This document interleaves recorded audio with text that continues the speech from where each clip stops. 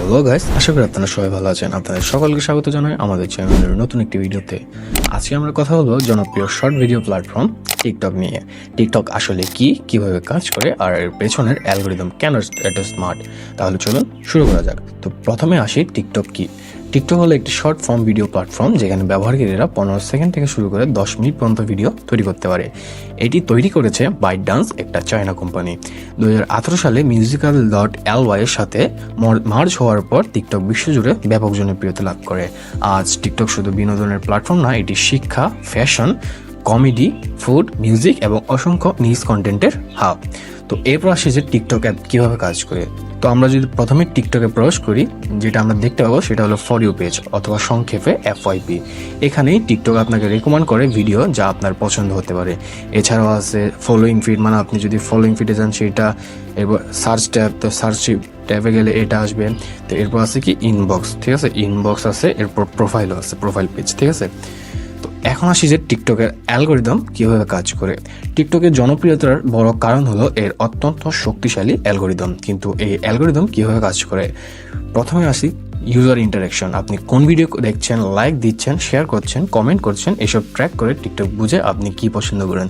এরপর অ্যালগোরিদম এত শক্তিশালী হওয়ার অন্যতম কারণ হলো ওয়াচ টাইম। যে ভিডিও আপনি শেষ পর্যন্ত দেখেন বা বারবার দেখেন সেসব কন্টেন্ট টিকটক বেশি প্রমোট করে। এরপরে যে থার্ড যে রিজনটা আছে টিকটকের অ্যালগোরিদম এত শক্তিশালী হওয়া, সেটা হলো ভিডিও ইনফরমেশন। ভিডিওর ক্যাপশন, হ্যাশট্যাগ, সাউন্ড এগুলো দেখে টিকটক ভিডিওর ক্যাটাগরি ধরে ফেলে। এরপর লাস্ট বাট নট লিস্ট যে কারণটা আছে এত শক্তিশালী অ্যালগোরিদম হওয়া, সেটা হলো ডিভাইস অ্যান্ড লোকেশন সেটিংস। কিছুটা পরিমাণে আপনার লোকেশন, ডিভাইস টাইপও টিকটকের রিকমেন্ডেশনে ভূমিকা রাখে। এখন আসি যে টিকটকে ভিডিও বানানো এত সহজ কেন, বা কেন এত সহজ, ঠিক আছে। টিকটক ভিডিও তৈরির সবচেয়ে ভালো দিক হলো এটা খুবই সহজ। টিকটকের কিছু টুলস যেমন বিল্ট ইন ক্যামেরা ফিল্টার, আমরা যদি প্লাসে ক্লিক করি আমাদের সামনে এরকম কি বিল্ট ইন একটা ক্যামেরা ফিল্টার আসবে। এগুলো সাইডে বাম সাইডে যদি আমরা স্ক্রল করতে যাই, টানতে যাই, আমাদের সামনে অনেক কি ফিল্টার আসবে। এরপর আছে এফেক্ট, বিভিন্ন আমরা এফেক্ট অ্যাড করতে পারি চাইলে ক্যামেরার মধ্যে, ঠিক আছে। এরপর ট্রানজিশনস, তারপর text and stickers, music library. আমরা যেমন কোনো পোস্টে যদি আমরা পোস্ট করতে চাই, মনে করেন আমি এটাই অ্যাড করবো আমার এখান থেকে, তো আমি যদি প্লাসে ক্লিক করি সেখান থেকে আমাদের অ্যাড সাউন্ডের একটা অপশন আসবে, তো আমরা চাইলে এটাও করতে পারি। এরপর অটো ক্যাপশন, মানে আপনি চাইলে পোস্ট একটা করতে চাইলে নেক্সট দেওয়ার পর মিউজিকে চলে যাচ্ছে। আমরা যদি পোস্ট একটা করলাম ড্রাফট থেকে দেখায় আপনার, ঠিক আছে। আমরা যদি নেক্সট নিচে ক্লিক করি, আমরা যদি একটু নিচে ক্লিক করি, নিচে ক্লিক করার পর আপনার সামনে ক্যাপশন আসবে। এটা তাহলে একটা অটো ক্যাপশনের অপশন। এর বিভিন্ন বলে নতুন ক্রিয়েটার্সরাও খুব সহজে এইসব টুলসগুলো ব্যবহার করে আকর্ষণীয় ভিডিও বানাতে পারে। তো এখন আসি যে টিকটক এত জনপ্রিয় কেন।